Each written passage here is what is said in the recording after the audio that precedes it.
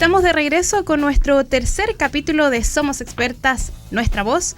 Y estoy muy bien acompañada en este momento porque estoy con Bárbara Tiozzo Lyon Serra, abogada de la Comisión de Familias, Niñez y Adolescencia de ABOFEM. Bárbara, un placer. Belén, muchas gracias por tu invitación, encantada de estar acá y que tengamos una muy buena conversación acerca del derecho de las mujeres y podamos profundizar en esos temas de manera sencilla. Así es. Eso es básicamente lo que queremos en Somos Expertas. Hoy es turno de conocer nuestra experta, que es Bárbara, ¿cierto? Ella es abogada especializada en infancia, litigante particular de exclusiva dedicación a mujeres, creadora de Abogada de las Diablas, un espacio para la defensa de mujeres y con enfoque de género. Mamá de 4 hijas e hijos y un dato no menor, uno de ellos estudia arquitectura en nuestra universidad. ¿Está en tercer año ya? Sí. Tercer año. Entonces está muy cerca de la Universidad de Santiago nuestra entrevistada. Vamos a dar un poquito de contexto, Bárbara, antes de comenzar, para que quienes nos estén escuchando, sintonizando, ¿cierto? En Somos Expertas, entienda qué es lo que vamos a conversar en este capítulo, en esta primera parte de nuestro capítulo. La Asociación de Abogadas Feministas, también conocida como ABOFEM, comenzó a funcionar el 26 de mayo del 2018 con el propósito de dar respuesta a las demandas puestas por las mujeres en la discusión pública. El proyecto nació en pleno mayo feminista de ese año, donde cientos de mujeres se manifestaron en las calles de todo Chile, incluyendo tomas en universidades y diversas protestas que buscaban relevar las desigualdades e injusticias de género vividas por mujeres diariamente. En su inagotable trabajo, ABOFEM promueve un enfoque feminista del derecho, tanto en su generación, a través de procesos legislativos, y su enseñanza, así como en su aplicación en las políticas públicas y en tribunales.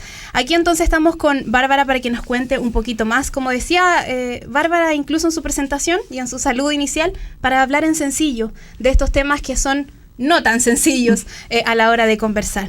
Bárbara, entremos ya de lleno a nuestra entrevista.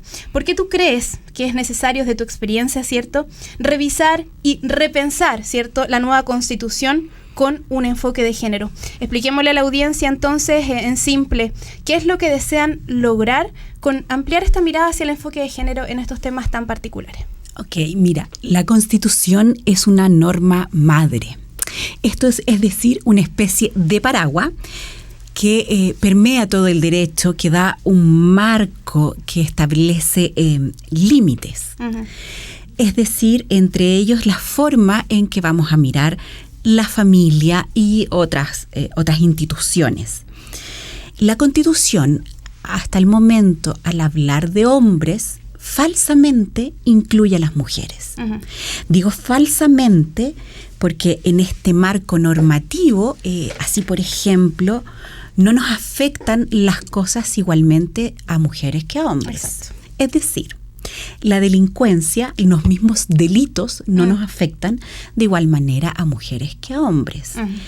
En las labores de cuidado no ejercen de la misma manera labores de cuidado mujeres que hombres. No tenemos la misma carga económica en cuanto al cuidado y manutención de los hijos, puesto que no ganamos lo mismo. Exacto. Entonces no se pueden distribuir 50 y 50. Entonces, una Constitución feminista y con enfoque de derecho tiene que ver con darnos un marco y delimitar la forma en que el derecho va a mirar estas desigualdades y transformarlas en equidades. Sí, tema no menor, súper importante, que estuvo súper en la palestra hace un tiempo atrás, ¿cierto?, con el tema de la nueva Constitución. Pero no debemos dejar que muera este tema de equiparar la cancha, acortar las brechas en todos los espacios.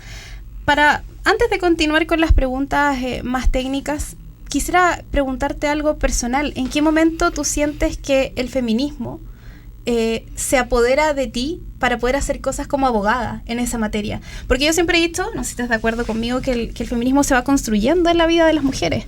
Creo que nosotras vamos paso a paso construyendo esa sensación de que queremos hacer cosas con nuestra profesión que impacten en acortar estas brechas. ¿En qué momento te das cuenta tú de eso? Como mujer siempre nos damos cuenta que hay algo en esta sociedad que nos hace ser distintas.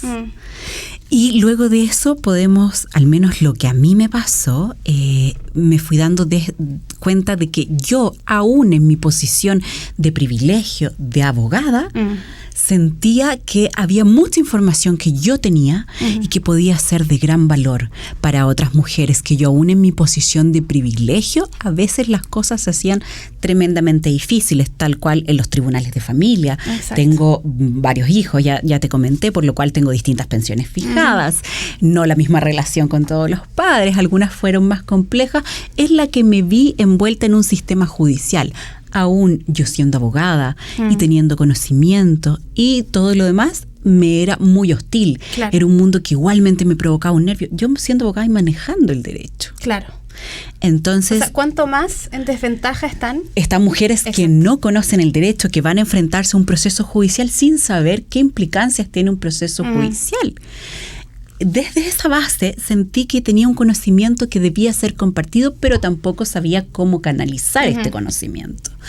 En medio de esto me encontré con Abofem y sentí que tenía la compañía de mujeres tremendas a nivel académico, a nivel legislativo, una cantidad de mujeres que impulsaban lo mismo, que reconocían esta posición de privilegio en una organización de voluntarias, que queríamos tener un enfoque feminista en el derecho y que además estábamos de acuerdo en que necesitábamos impulsar cambios. Así es. ¿Qué les incentivó finalmente a crear entonces? Hablemos de Abofem. Para que las personas que nos estén escuchando en Radio USACH en este momento entiendan qué es lo que hace Abofem básicamente y qué carencias reconocieron en el sistema judicial chileno para decir tenemos que hacer algo y organicemos y creemos Abofem. Ok, wow, hablemos de carencias, tenemos tanto que decir. ¿Tienes tiempo? Ok, Abofem se forma por un grupo de 10 abogadas, primeramente. Es una asociación de abogadas feministas en Chile, pero también con nexos en toda Latinoamérica. Promueve el ejercicio feminista del derecho tanto desde sus raíces, es decir, desde las egresadas, desde la academia a través de profesoras, desde el marco legislativo a través de asesores legislativos, desde la sociedad. Nos juntamos con otras organizaciones, escuchamos otras organizaciones y desde también lo judicial, desde la litigación estratégica. Todas las abogadas que son litigantes de Abofem tienen un enfoque feminista en el derecho, porque es necesario tener un enfoque feminista en el derecho, al menos en mi área particular, en familia, tal como lo comentábamos hace un minuto. No podemos poner, por ejemplo, los gastos de un hijo 50 y 50 cuando no tenemos la misma capacidad económica. Así es. Entonces, desde ese lugar es importante siempre permear todo de el derecho de un enfoque feminista. Estamos conversando con Bárbara Tiozzo Lyon Serra. Ahí lo pronuncié bien, ¿no? Sí, está súper bien pronunciado. Abogada de la Comisión de Familias, Niñez y Adolescencia de Abofem. Vamos a aprovechar a nuestra experta hoy día, sacarle el jugo, ¿cierto? Aprovechando que están escuchando nuestra radio en este momento, para explicarle algunas cosas que serían buenos en sencillo, ¿no? Después de 7 años de tramitación, hace una semana se aprobó la Ley Integral de Violencia de Género, que establece un rol primordial del Estado para adoptar medidas de prevención, sanción y erradicación de la violencia de género. ¿Qué implica en la práctica la aplicación de esta nueva ley? Me refiero a qué aspectos del sistema penal y judicial se van a modificar. ¿Por qué es tan importante que estemos hablando de esto? Ya. Primeramente, desde la perspectiva de familia, cuando ocurrían hechos de violencia intrafamiliar, la medida o la medida cautelar de alejamiento del ofensor a la víctima, en el caso que fueran ambos progenitores de hijos, era solo para la madre.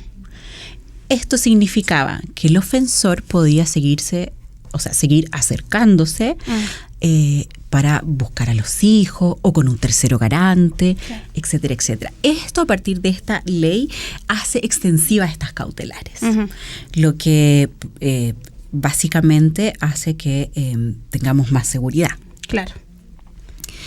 Además, los establecimientos públicos deberán promover una educación no sexista. Refuerza además el mandato de las instituciones de incorporar contenidos de derechos humanos y prevención de la violencia de género y procurar que dentro del marco del servicio médico legal que las acciones sean realizadas por personal especializado para la atención de víctimas.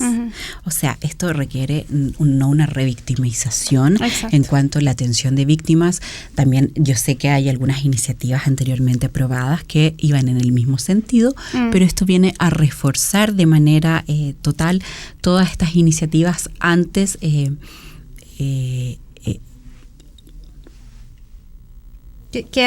que antes se estaban perpetuando en nuestra sociedad, que tenemos que avanzar hacia esos espacios. Yo creo la discusión en materia de derecho es súper, por eso yo decía que es importante tenerte aquí hoy día, porque tenemos que sentarnos a conversar qué tan importante es avanzar judicialmente en cosas que quizás no se avanzaban antes. Era como, no, lo vamos a aplazar, y ya finalmente estamos pudiendo avanzar.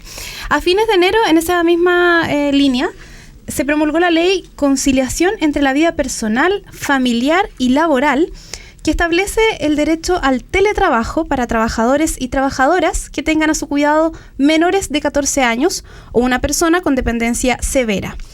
La pregunta ¿es suficiente esta ley? Es compleja la pregunta, porque yo creo que nunca nada va a ser suficiente para poder avanzar en estas temáticas, pero ¿es realmente un avance en el desarrollo de las mujeres en el mundo laboral, este tema de la conciliación entre la vida personal, familiar y laboral? Ay, me encantaría decir es suficiente, pero no. Lamentablemente, en las semanas de vigencia de esta ley se ha evidenciado por distintas organizaciones que pese a que las personas cuidadoras han hecho esta solicitud, a sus empleadores no se han respetado los plazos de respuesta. Entonces, en ese escenario, en definitiva, las personas solicitantes quedan en una especie de indefensión, ya que solo queda presentar una contrapropuesta al empleador o hacer la denuncia a la Dirección del Trabajo para que fiscalice, ya que lamentablemente la ley no contempló un procedimiento de cautela del cumplimiento por parte de los empleadores. Es decir, existe, no se cumplen los plazos y no hay cómo garantizar el cumplimiento más allá de una denuncia ante la Dirección del Trabajo.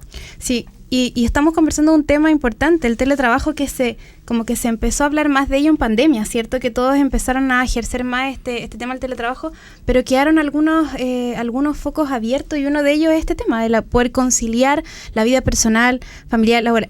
Me imagino que esto afecta principalmente a las mujeres, ¿no? A mujeres cuidadoras. Nos afecta tremendamente. Hablo por mí, porque también soy una mujer cuidadora con hijos pequeños, y el teletrabajo no solo me permitió desarrollarme profesionalmente, sino que también poder estar en contacto con mis representadas, porque estamos todas cuidando. No es lo mismo poder ir a tu trabajo, no tener ninguna preocupación, qué va a comer tu hijo, quién lo va a cuidar, a qué hora sale del colegio.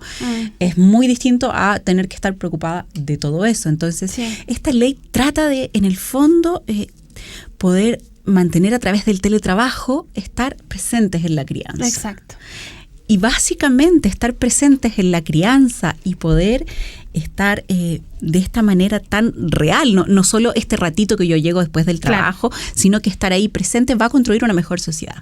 Y eso es un punto que es necesario, que no solo las mujeres lo sabemos, nosotras lo sabemos, pero necesitamos que todos lo sepan. Así es. Principalmente ellos.